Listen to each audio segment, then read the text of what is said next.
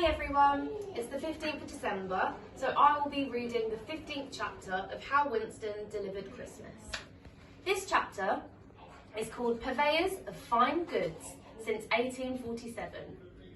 Travelling through the city at night on the back of a large white cat was something Winston had never ever imagined himself doing. Now that he was actually doing it, he couldn't believe how exciting and exhilarating it was.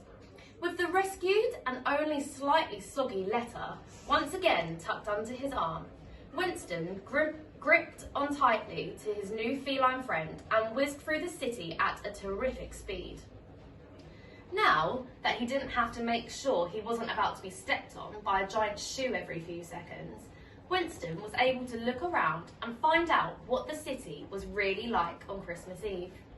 The first thing he noticed, or rather his tummy noticed, was the smell of glorious food everywhere. Christmas Eve parties were in full swing, and the delicious wafts of food billowing out from the hotels and restaurant kitchens made Winston's belly grumble like a beast.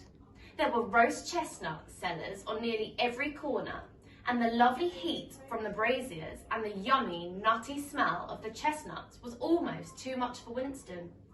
He imagined leaping off Prue's back and having an impromptu winter picnic on the side of the road, gobbling up as many chestnuts as he could before he fell over with a big full belly. Once he delivered his letter to Father Christmas, he might be able to sneak back to one of the cellars and see if anyone had dropped any nuts on the ground.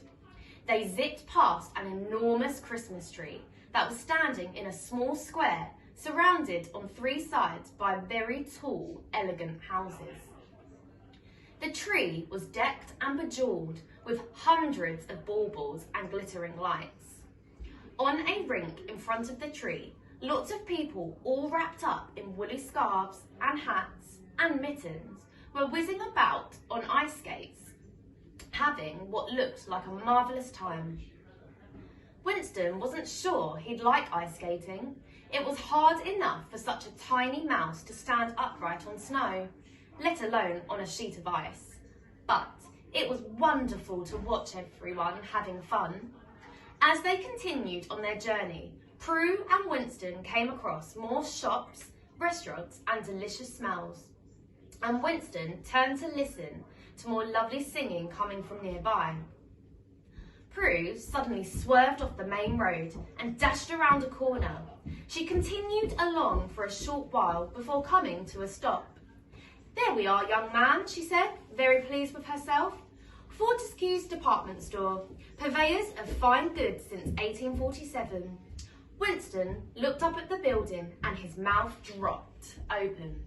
It was the fanciest, most extraordinary building Winston had ever seen. It was covered in windows, large ones on the bottom floor, with smart claret-coloured canopies above them, and smaller ones on the floors above. The building's grand and ornate facade seemed to shimmer and sparkle, so the entire place shone brightly like a pirate's treasure chest. "It's beautiful," Winston gasped.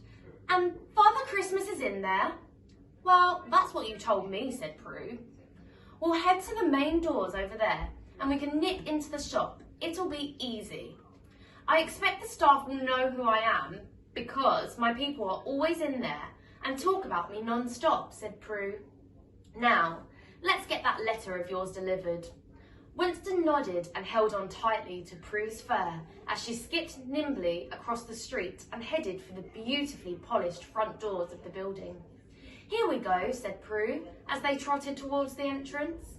"It will be easy as But she didn't finish her sentence, because right at that very moment, she walked straight into the legs of a man who appeared out of the shadows.